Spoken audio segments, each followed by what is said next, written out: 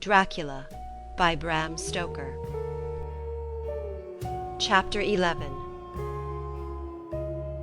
Lucy Westenra's Diary.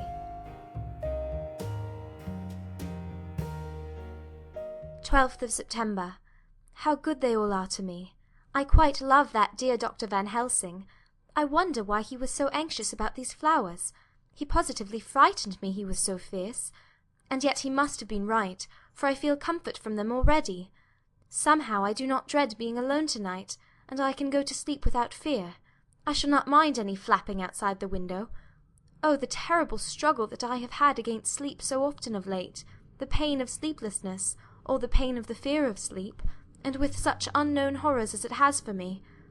How blessed are some people, whose lives have no fears, no dreads, to whom sleep is a blessing that comes nightly and brings nothing but sweet dreams. Well, here I am tonight, hoping for sleep, and lying like Ophelia in the play, with virgin krantz and maiden struments. I never liked garlic before, but tonight it is delightful. There is peace in its smell. I feel sleep coming already. Good night, everybody. Dr. Seward's Diary, 13 September. Called at the Berkeley, and found Van Helsing, as usual, up to time. The carriage ordered from the hotel was waiting. The professor took his bag, which he always brings with him now. Let all be put down exactly. Van Helsing and I arrived at Hillingham at 8 o'clock. It was a lovely morning, the bright sunshine and all the fresh feeling of early autumn seemed like the completion of nature's annual work. The leaves were turning to all kinds of beautiful colors, but had not yet begun to drop from the trees. When we entered, we met with Mrs. Westenra, coming out of the morning room. She is always an early riser. She greeted us warmly, and said, "You will be glad to know that Lucy is better. The dear child is still asleep. I looked into her room and saw her, but did not go in, lest I should disturb her." The professor smiled, and looked quite jubilant. He rubbed his hands together, and said, "Ah! I thought I had diagnosed the case. My treatment is working." To which she replied, "You must not take all the credit to yourself, doctor. Lucy's state this morning is due in part to me." "How do you mean, ma'am?" asked the professor. "Well, I was anxious about the dear child in the night, and went into her room. She was sleeping soundly, so soundly that even my coming did not wake her.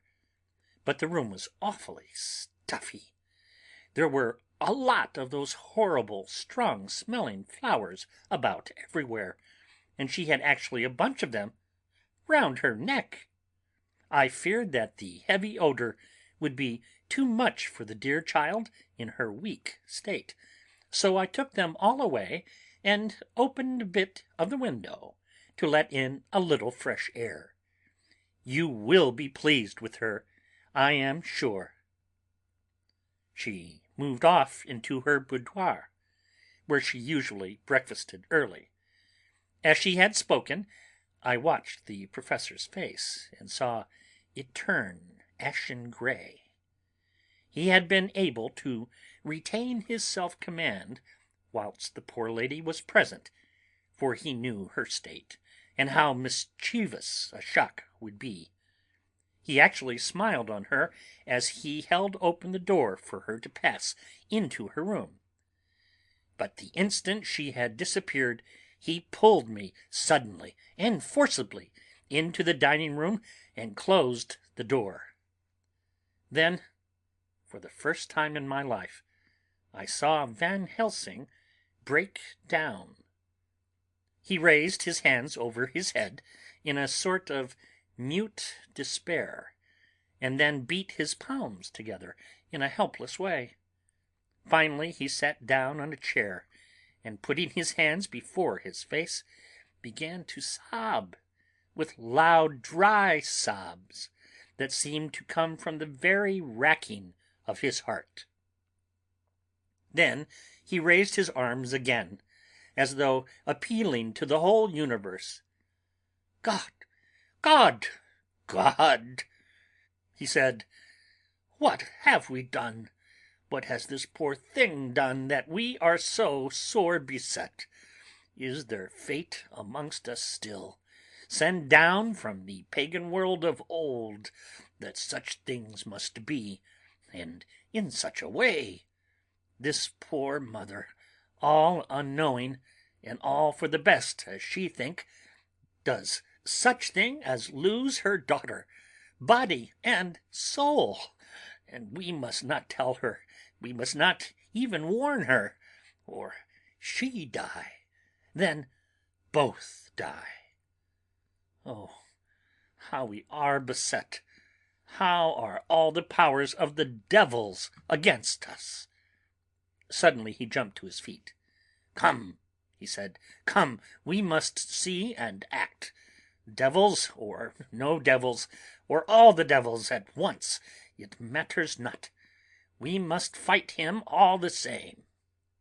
He went to the hall door for his bag, and together we went up to Lucy's room. Once again I drew up the blind, whilst Van Helsing went towards the bed. This time he did not start as he looked on the poor face, with the same awful waxen pallor as before. He wore a look of stern sadness and infinite pity. "As I expected," he murmured, with that hissing inspiration of his which meant so much.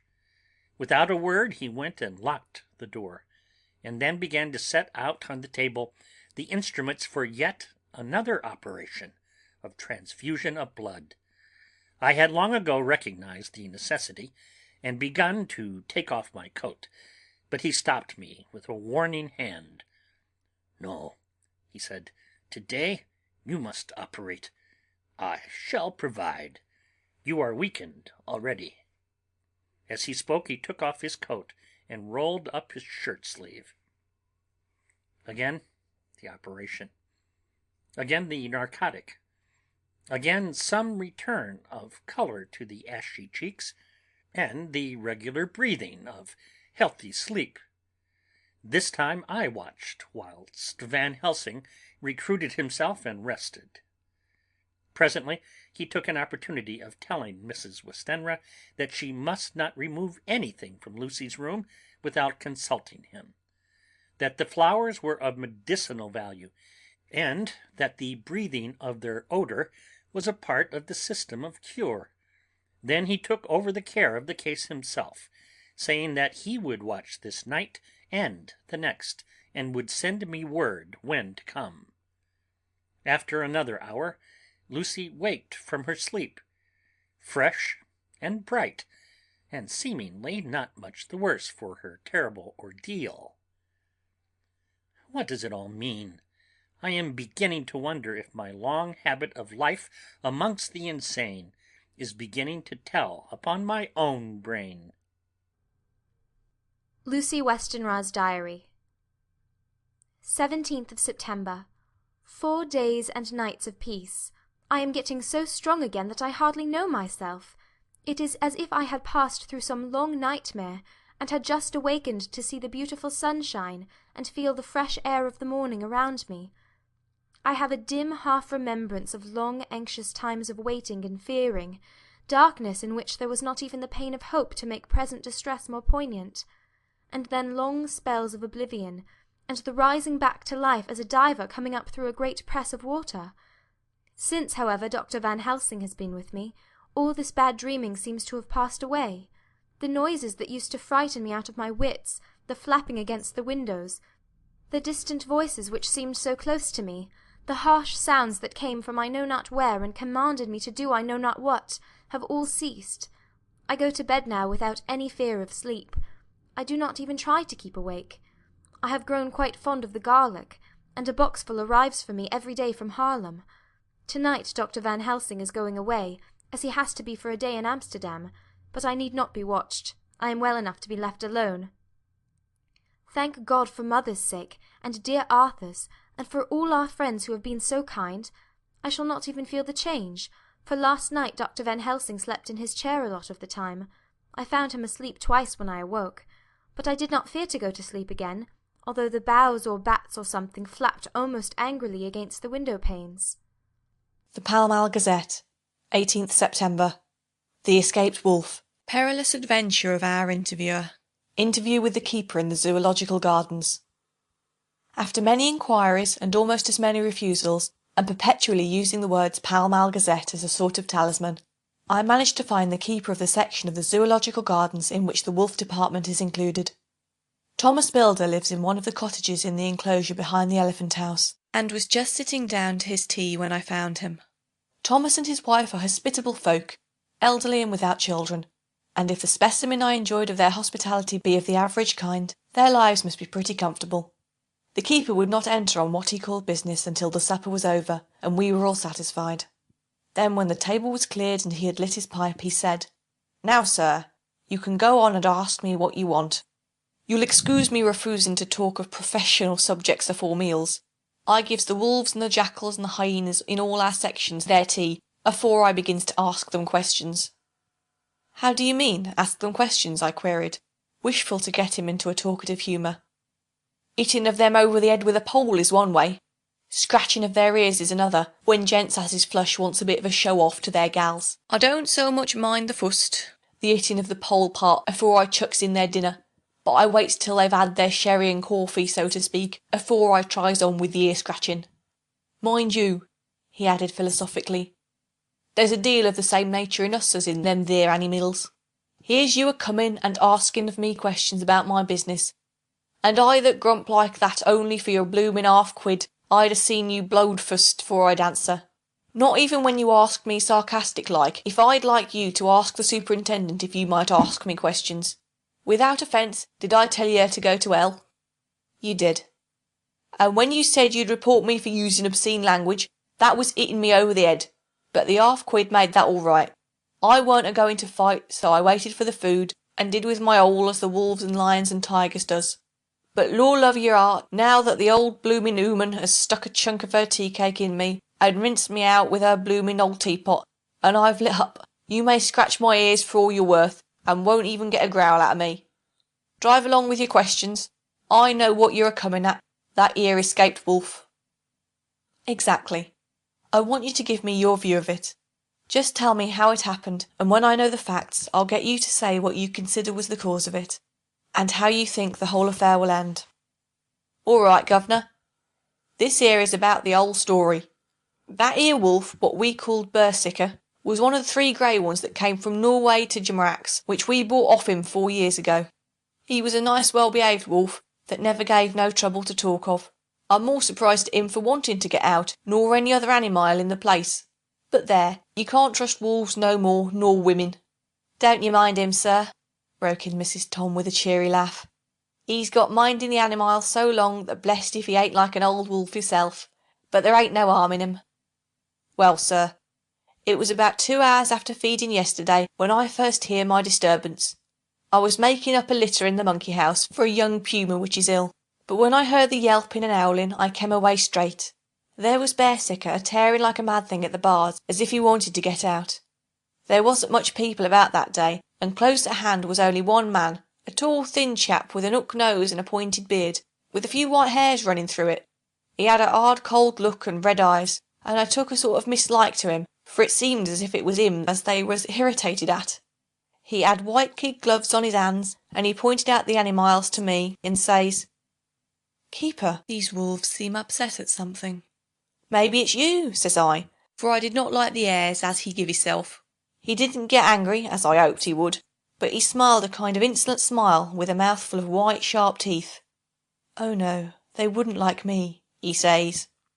'Oh yes they would,' says I, at imitating of him. 'They always like a bone or two to clean their teeth on about tea time, which you has a bagful.'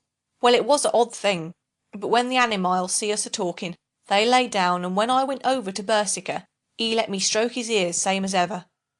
That there man came over, and bless but if he didn't put his hand in and stroke the old wolf's ears too. 'Take care,' says I, Berserker is quick. Never mind, he says. I'm used to 'em.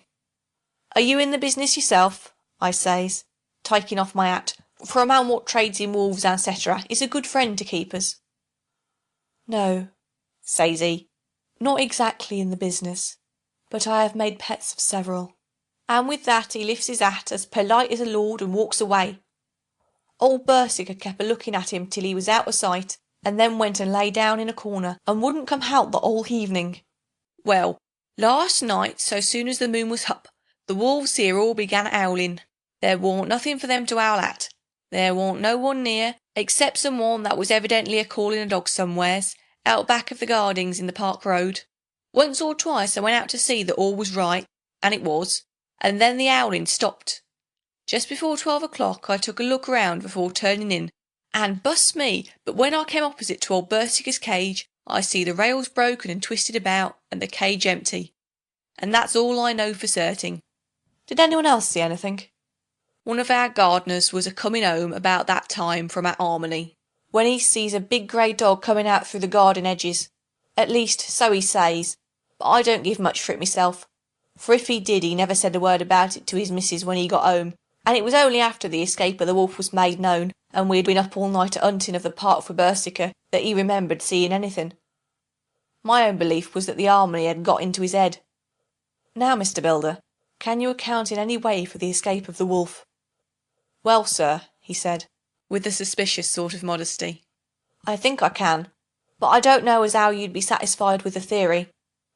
Certainly I shall, if a man like you, who knows the animals from experience, can't hazard a good guess at any rate, who is even to try? Well then, sir, I accounts for it this way. It seems to me that here wolf escaped, simply because he wanted to get out. From the hearty way that both Thomas and his wife laughed at the joke, I could see that it had done service before, and that the whole explanation was simply an elaborate sell. I couldn't cope in badinage with the worthy Thomas, but I thought I knew a surer way to his heart, so I said, Now, Mr. Builder, we'll consider the first half-sovereign worked off, and this brother of his is waiting to be claimed when you've told me what you think will happen. Right you are, sir, he said briskly. You'll excuse me, I know, for a chafing of ye, but the old woman here winked at me, which was as much as telling me to go on. Well, I never, said the old lady. My opinion is this. That here wolf is a hiding of somewheres. The gardener what didn't remember said he was a galloping northward faster than a horse could go, but I don't believe him, for, you see, sir, wolves don't gallop no more nor dogs does, they not being built that way. Wolves is fine things in a storybook, and I dessay when they gets in packs and does be chivying something that's more afeard than they is, they can make a devil of a noise and chop it up, whatever it is. But Lord bless you, in real life a wolf is only a low creature, not half so clever or bold as a good dog, and not half a quarter so much fighting him. This one ain't been used to fighting, or even to providing for hisself, and more like he's somewhere round the park a hiding and a shivering of, and if he thinks at all, wondering where he's to get his breakfast from. Or maybe he's got down some area and is in a coal cellar. My eye, won't some cook get a rum start when she sees his green eyes a-shining at her out of the dark. If he can't get food, he's bound to look for it, and mayhap he may chance to light on a butcher's shop in time. If he doesn't, and some nursemaid goes out walking, or off with a soldier, leaving of the hinfant in the perambulator, well then I shouldn't be surprised if the census is one babby the less. That's all. I was handing him the half-sovereign, when something came bobbing up against the window, and Mr. Builder's face doubled its natural length with surprise. God bless me, he said, if there ain't old Berserker come back by hisself. He went to the door and opened it, a most unnecessary proceeding it seemed to me. I have always thought that a wild animal never looks so well as when some obstacle of pronounced durability is between us. A personal experience has intensified rather than diminished that idea. After all, however, there is nothing like custom, for neither Builder nor his wife thought any more of the wolf than I should of a dog. The animal itself was as peaceful and well-behaved as that father of all picture wolves, Red Riding Hood's quondam friend, whilst moving her confidence in masquerade. The whole scene was that unutterable mixture of comedy and pathos. The wicked wolf that for half a day had paralysed London, and set all the children in town shivering in their shoes, was there in a sort of penitent mood, and was received and petted like a sort of vulpine prodigal son. Old Builder examined him all over with most tender solicitude, and when he had finished with his penitence, said, "There, I knew the poor old chap would get in some kind of trouble. Didn't I say it all along? Here's his head all cut and full of broken glass. He's been a-getting over some blooming wall or other. It's a shame that people are allowed to top their walls with broken bottles. This here's what comes of it. Come along, Bersica." He took the wolf and locked him up in a cage, with a piece of meat that satisfied, in quantity at any rate, the elementary conditions of the fatted calf, and went off to report. I came off too, to report the only exclusive information that is given today regarding the strange escapade at the zoo. Dr. Seward's Diary, 17 September. I was engaged after dinner in my study, posting up my books, which, through press of other work and the many visits to Lucy, had fallen sadly into arrear. Suddenly the door was burst open, and in rushed my patient, with his face distorted with passion. I was thunderstruck, for such a thing as a patient getting, of his own accord, into the superintendent's study is almost unknown. Without an instant's notice he made straight at me. He had a dinner knife in his hand, and as I saw he was dangerous, I tried to keep the table between us. He was too quick and too strong for me, however, for before I could get my balance he had struck at me and cut my left wrist rather severely. Before he could strike again, however, I got in my right hand, and he was sprawling on his back on the floor. My wrist bled freely, and quite a little pool trickled onto the carpet. I saw that my friend was not intent on further effort, and occupied myself binding up my wrist, keeping a very wary eye on the prostrate figure all the time. When the attendants rushed in, and we turned our attention to him, his employment positively sickened me. He was lying on his belly on the floor, licking up, like a dog, the blood which had fallen from my wounded wrist. He was easily secured, and to my surprise went with the attendants quite placidly, simply repeating over and over again, "The blood is the life. The blood is the life." I cannot afford to lose blood just at present. I have lost too much of late for my physical good, and then the prolonged strain of Lucy's illness and its horrible phases is telling on me. I am overexcited and weary, and I need rest.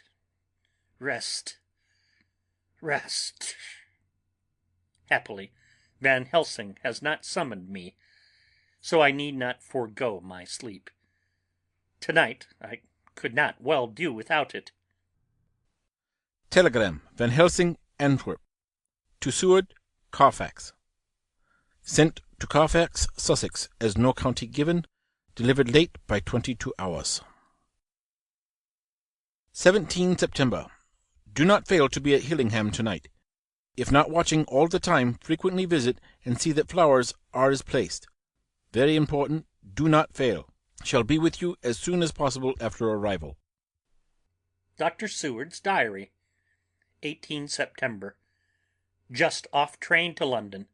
The arrival of Van Helsing's telegram filled me with dismay. A whole night loss, and I know by bitter experience what may happen in a night. Of course, it is possible that all may be well, but what may have happened? Surely there is some horrible doom hanging over us, that every possible accident should thwart us in all we try to do. I shall take this cylinder with me, and then I can complete my entry on Lucy's phonograph. Memorandum left by Lucy Westenra. 17th of September, night. I write this and leave it to be seen, so that no one may by any chance get into trouble through me. This is an exact record of what took place tonight. I feel I am dying of weakness, and have barely strength to write, but it must be done if I die in the doing. I went to bed as usual, taking care that the flowers were placed as Dr. Van Helsing directed, and soon fell asleep. I was waked by the flapping at the window, which had begun after that sleepwalking on the cliff at Whitby when Mina saved me, and which now I know so well. I was not afraid, but I did wish that Dr. Seward was in the next room, as Dr. Van Helsing said he would be, so that I might have called him. I tried to sleep, but I could not. Then there came to me the old fear of sleep, and I determined to keep awake. Perversely, sleep would try to come then when I did not want it. So, as I feared to be alone, I opened my door and called out, "Is there anybody there?" There was no answer. I was afraid to wake mother, and so closed my door again. Then outside in the shrubbery I heard a sort of howl like a dog's, but more fierce and deeper. I went to the window and looked out, but could see nothing except a big bat, which had evidently been buffeting its wings against the window. So I went back to bed again, but determined not to go to sleep. Presently the door opened, and mother looked in. Seeing by my moving that I was not asleep, she came in and sat by me. She said to me, even more sweetly and softly than her wont, "I was uneasy about you, darling, and came in to see that you were all right." I feared she might catch cold sitting there, and asked her to come in and sleep with me, so she came into bed and lay down beside me. She did not take off her dressing-gown, for she said she would only stay a while and then go back to her own bed.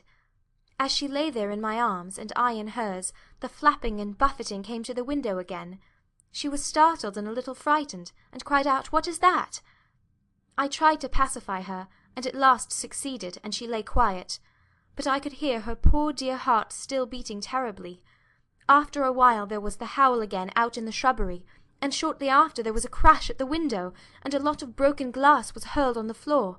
The window blind blew back with the wind that rushed in, and in the aperture of the broken panes there was the head of a great, gaunt, grey wolf. Mother cried out in a fright, and struggled up into a sitting posture, and clutched wildly at anything that would help her.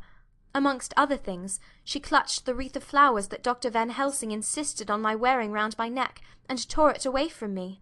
For a second or two she sat up, pointing at the wolf, and there was a strange and horrible gurgling in her throat. Then she fell over, as if struck with lightning, and her head hit my forehead, and made me dizzy for a moment or two. The room and all round seemed to spin round. I kept my eyes fixed on the window, but the wolf drew his head back, and a whole myriad of little specks seemed to come blowing in through the broken window, and wheeling and circling round like the pillar of dust that travellers describe when there is a sea moon in the desert. I tried to stir, but there was some spell upon me, and dear mother's poor body, which seemed to grow cold already, for her dear heart had ceased to beat, weighed me down, and I remembered no more for a while. The time did not seem long, but very, very awful till I recovered consciousness again. Somewhere near a passing bell was tolling. The dogs all round the neighbourhood were howling, and in our shrubbery, seemingly just outside, a nightingale was singing. I was dazed and stupid with pain and terror and weakness, but the sound of the nightingale seemed like the voice of my dead mother come back to comfort me. The sounds seemed to have awakened the maids too, for I could hear their bare feet pattering outside my door. I called to them, and they came in, and when they saw what had happened, and what it was that lay over me on the bed, they screamed out. The wind rushed in through the broken window, and the door slammed to. They lifted off the body of my dear mother, and laid her, covered up with a sheet, on the bed after I had got up.